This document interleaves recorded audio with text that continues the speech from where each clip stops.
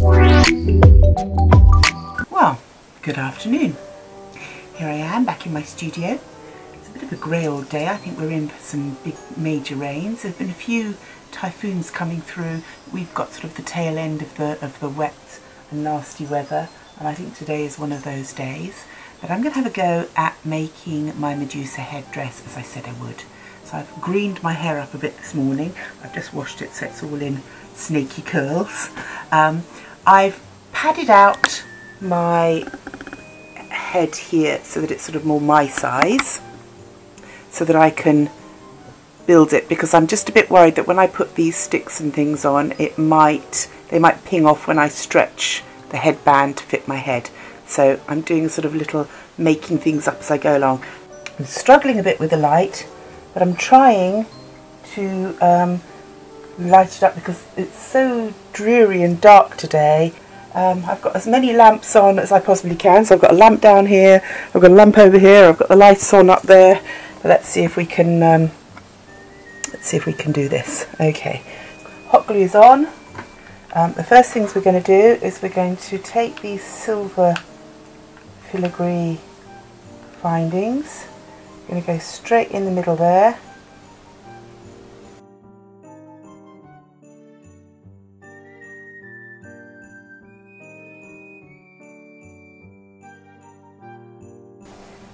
We leave those dry. Now, I have taken some chopsticks and I have put little clay snakes on them.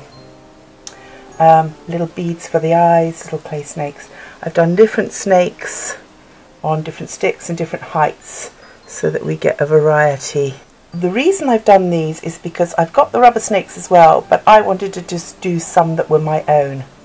So I made these ones up. These will go in here. Now, I want to show you the foam I use, because I had my cousin come to visit me the other day, and I showed her this foam and she was absolutely gobsmacked by it. This is air dry clay basically, and it dries hard but not heavy. It's light as air. It's absolutely light as air. Now I'm actually just mixing two colours, which is crazy because I'm probably going to just spray paint the whole thing gold, but I just wanted to show you how it works. I'm mixing the two colours just so that we get a nice sort of snaky, what's the word, marbling in the clay. So mix it all up, give it a few squishes, give it some twists, and then what we're going to do is we're going to make it into a snake. So we're going to make a long tail. Easier to do it on the table, but I'm just want to be moving the camera around all the time. Make your head shape at the top end. Make sure it's not looking like it's just eaten a cat or a dog and it's got big lumps in its tummy. Get it nice and smooth if you can. This one seems to be a bit lumpy, but maybe he has been eating things. And then you take your stick. I believe this is my last stick here. So I'm using their heads draped on the top. You're just twizzling them around your stick. You can try and make each one slightly different. So this one might have his tail up like this. Then you just pop a couple of beads in for his eyes, and it's as simple as that. It will dry, it will shrink a little. As you can see, these have shrunk down a little bit. I actually made these ones a bit darker. It's okay. This one's a bit lighter. They're all different because that's all different mixes of clay. And it will shrink down to match the size of the other ones a bit more. But quite honestly, it doesn't matter. I want variations. I want a mixture of sizes. So I just take a couple of little tiny beads.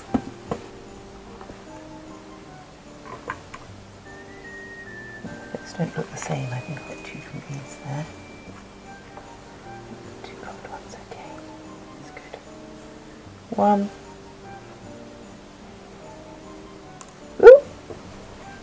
Fiddly fiddly. Two. She's got his little snake-shaped face. So this one looks like he's been having his lunch, full of bumps. Pop him in my pot to dry so that he's not going to be dry and bumpy lumpy. Now we've got to work out how we're going to attach these sticks onto this headdress. I'm going to try it with the hot glue first and see how I feel about it. So there we go.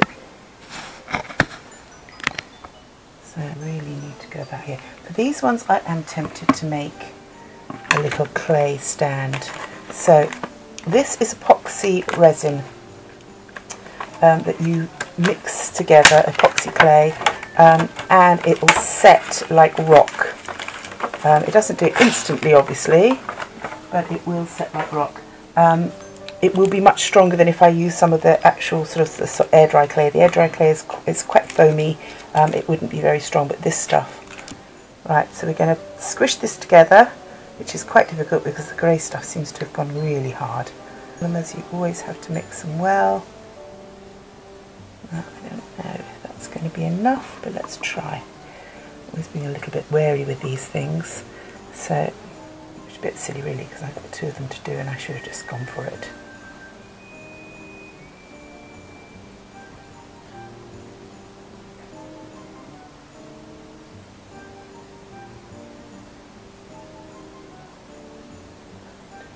I'm not worried about the glue the clay showing, because obviously there's snakes and all sorts to go in here that will cover these things up, but we just need them to make sure that the sticks will stand, just to hold all the sticks level, because what I don't want, although I suppose it doesn't really matter, I don't really want them to all be coming different levels. So I want to push these back a little bit, hold them back here a little bit. That's it.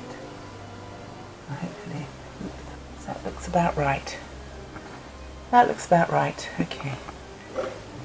As you can see, we now have the 5 main sticks all in position, and the snakes on the top.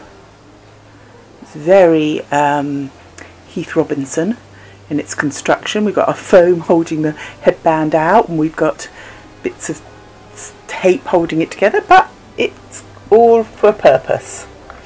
So now the idea will be that these pointy little sticks will go in between all of these ones and come out, and then the snakes will go in between those. I've started to put the little sticks in between. So again, I'm using the little bits of epoxy resin, clay, wrapping them around the bottom of the sticks. They're nice and sticky, very sticky in fact, sticky on the sticks. And I'm popping them in position, and hopefully that's exactly where they stay. We have got most of the sticks on. And I'm now looking at it and I'm thinking I'm making the same mistake that I made with the last one.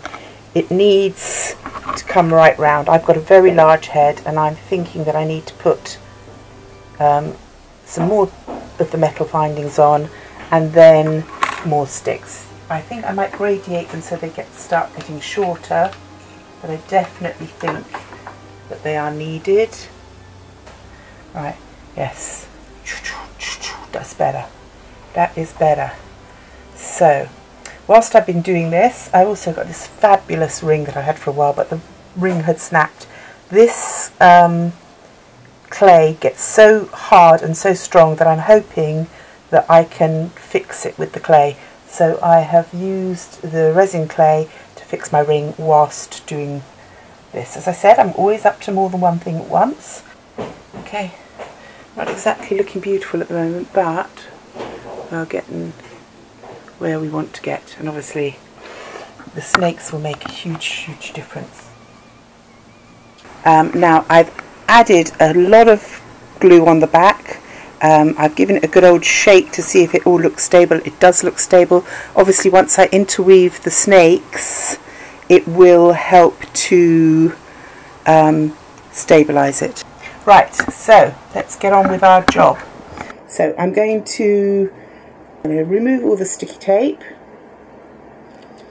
and then it'll be spray painty time.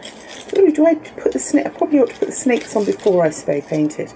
And oh no, no, all the sticky tape is off. All the sticky tape is off. It doesn't matter that we've got different colour bits because we are going to spray them all one colour. Just check, that's perfect. Right, so I've got big snakes, little snakes, all different kinds of snakes. So what we're going to do now is we're going to fire up our hot glue gun, which basically just means plug it in, and we're going to start trying to thread these little snaky poos in the positions we'd like them. And I'm always wondering, do I go for a big one right off the bat? Oh, this one's here. Right. So I've taken the time just to pop all the snakes into position. So now it's just like gung-ho, get them all joined on. So that's what we're going to do. I should be a bit careful about doing that. Okay, so I think that looks pretty fantastic. I'm quite happy with the spread of the snakes. I'm quite happy with the way it's all come together.